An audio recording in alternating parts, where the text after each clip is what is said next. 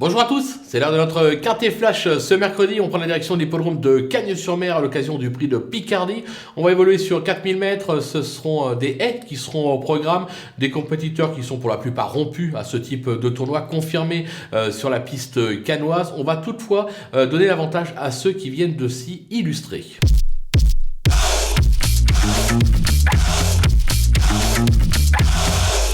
Allez, on attaque avec le numéro 5, Halo on Fire, qui a gagné quintet sur cette piste l'hiver dernier. Il vient de se placer sur ce parcours, sur sa lancée. Je pense qu'il peut espérer jouer un tout premier rôle. Il peut même espérer tout simplement s'imposer, raison pour laquelle je vous conseille même d'aller le jouer en simple gagnant placé sur theturf.fr. Le numéro 2, le Petit Nice. Il n'a pas été heureux sur cette piste dernièrement sur le steeple. Il affiche 100% de réussite sur les haies cannoises.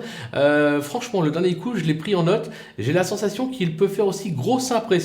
Il vise un podium. Le numéro 3, Seignon, il est arrivé chez lui à Cagnes, où il affiche pas loin de 89% de réussite, même 100% de réussite sur les balais. Il vient de prouver sa forme à ce niveau avec une superbe impression en visuel. Sur sa lancée, il peut encore tout simplement s'imposer. Les opposants avec le numéro 8, Numerus Barguette, irréprochable ces derniers temps. Il vient de se classer deuxième à ce niveau pour ses débuts cannois. Il est plutôt bien engagé au poids, lui aussi s'annonce redoutable. Attention au numéro 7, Monty Saga, qui a gagné quintet sur ce parcours l'hiver dernier. C'était en 59 de valeur. Il vient de prouver sa forme sur cette piste. Il est en 57,5. Il peut donc lui aussi espérer jouer un podium. Le numéro 10, Cyrano de Paille, 5e de cette course en 2018 et en 2019, 3e en 2020. Il était chez lui à Cagnes-sur-Mer, vous l'aurez compris, et s'est même imposé sur ce parcours début décembre. Maintenant, il a moins de marge au poids, raison pour laquelle je l'ai glissé un petit peu plus bas dans ma sélection. Le coup de poker, ce sera le numéro 16, Rock'n'Roll, qui a fait ses preuves à ce niveau dernièrement sur ce parcours. Sans sa chute, il aurait probablement pu accrocher un podium. Je pense que lui aussi, il faut s'en méfier. Les outsiders, avec le numéro 4, Stan Krantz, qui a gagné cette course en valeur 56 en 2020. Il vient de prouver sa forme sur cette piste. Il est aujourd'hui en 58 et demi de valeur. Il reste compétitif, mais plus pour une place que pour la victoire, je pense. Le numéro 12, Galilov, il se plaît sur cette piste et s'est déjà placé sur le parcours du jour. Il est pris à son poids. Vu la forme des foins, difficile de l'écarter. Le numéro 1, King of Love, là aussi c'est foin. J'ai bien aimé son comportement sur cette piste en steeple dernièrement. Je pense qu'il sera mieux sur les haies où il s'est déjà illustré à 5 ans. Maintenant, voilà, il a quand même moins de marge.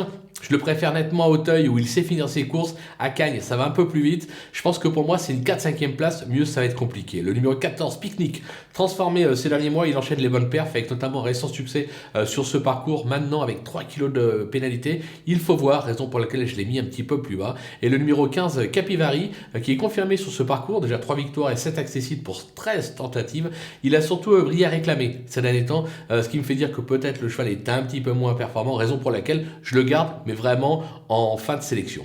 Les délaissés, il faut faire des choix, bien sûr. Le 6, Valentine, elle a franchement déçu ces derniers temps. De plus, je la trouve beaucoup plus à son affaire sur les tracés sélectifs, style Auteuil. À Cannes, ça va être compliqué, je ne la retiens pas. Le numéro 9, John Locke, qui vient d'être arrêté sur ce parcours. Il a surtout brillé sur de petits hippodromes de province, style Strasbourg ou Saint-Malo, raison pour laquelle ça va être compliqué ici. Le numéro 11, qui se nomme Cookie Lion, qui a gagné cette course l'an dernier en valeur 55.